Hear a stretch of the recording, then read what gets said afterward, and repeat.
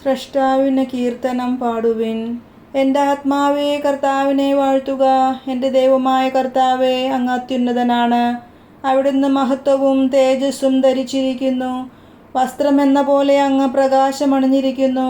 കൂടാരമെന്ന പോലെ അവിടുന്ന് ആകാശത്തെ വിരിച്ചിരിക്കുന്നു.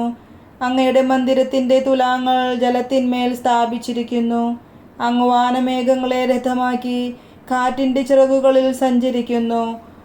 അവിടുന്ന് കാറ്റുകളെ ദൂതരും അഗ്നിയെയും അഗ്നിജ്വാലകളെയും സേവകരുമാക്കി. അവിടുന്ന് ഭൂമിയെ അതിൻ്റെ അടിസ്ഥാനത്തിന്മേൽ ഉറപ്പിച്ചു. അതൊരിക്കലും ഇളകുകയില്ല. അവിടുന്ന് വസ്ത്രം കൊണ്ടെന്ന പോലെ ആഴികൊണ്ട് അതിനെ ആവരണം ചെയ്തു. വെള്ളം പർവ്വതങ്ങൾക്കു മീതെ നിന്നു. അങ്ങ് ശാസിക്കുമ്പോൾ അവ ഓടിയകലുന്നു. അങ്ങ് ഇടിമുഴക്കുമ്പോൾ അവ പലായനം ചെയ്യുന്നു. അവിടുന്ന് നിർദ്ദേശിച്ച ഇടങ്ങളിൽ പർവ്വതങ്ങൾ പൊങ്ങിയും താഴ്വരകൾ താണും നിൽക്കുന്നു. ജലം വീണ്ടും ഭൂമിയെ മൂടാതിരിക്കാൻ അങ്ങ് അതിനെ അലംഘനീയമായ അതിര് നിശ്ചയിച്ചു. അവിടുന്ന് താഴ്വരകളിലേക്ക് ഉറവകളെ ഒഴുക്കുന്നു. അവ മലകൾക്കിടയിലൂടെ ഒഴുകുന്നു. എല്ലാ വന്യമൃഗങ്ങളും അതിൽ നിന്ന് കുടിക്കുന്നു. കാട്ടുകഴുതകളും ദാഹം തീർക്കുന്നു.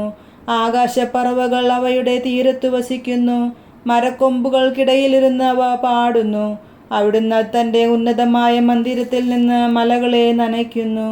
അങ്ങയുടെ പ്രവൃത്തിയുടെ ഫലം അനുഭവിച്ച് ഭൂമി തൃപ്തിയടയുന്നു.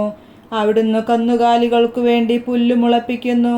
മനുഷ്യന് ഭൂമിയിൽ നിന്ന് ആഹാരം ലഭിക്കാൻ കൃഷിക്ക് വേണ്ട സസ്യങ്ങൾ മുളപ്പിക്കുന്നു.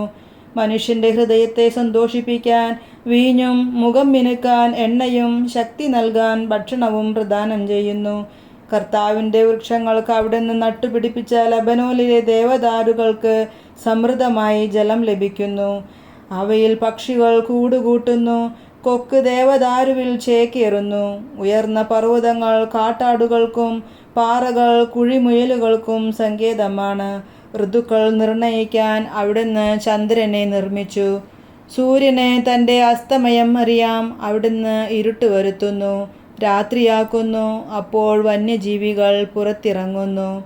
യുവസിംഹങ്ങൾ ഇരയ്ക്കു വേണ്ടി അലറുന്നു. ദൈവത്തോട് അവ ഇര ചോദിക്കുന്നു.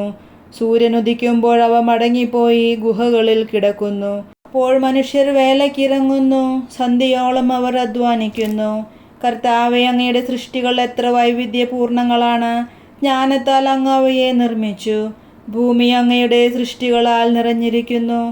അതാ വിസ്തൃതമായ മഹാസമുദ്രം. ചെറുതും വലുതുമായ അസംഖ്യം ജീവികളെ കൊണ്ട് അത് നിറഞ്ഞിരിക്കുന്നു. അതിൽ കപ്പലുകൾ സഞ്ചരിക്കുന്നു. അങ്ങ് സൃഷ്ടിച്ച ലവിയാതൻ അതിൽ വിഹരിക്കുന്നു.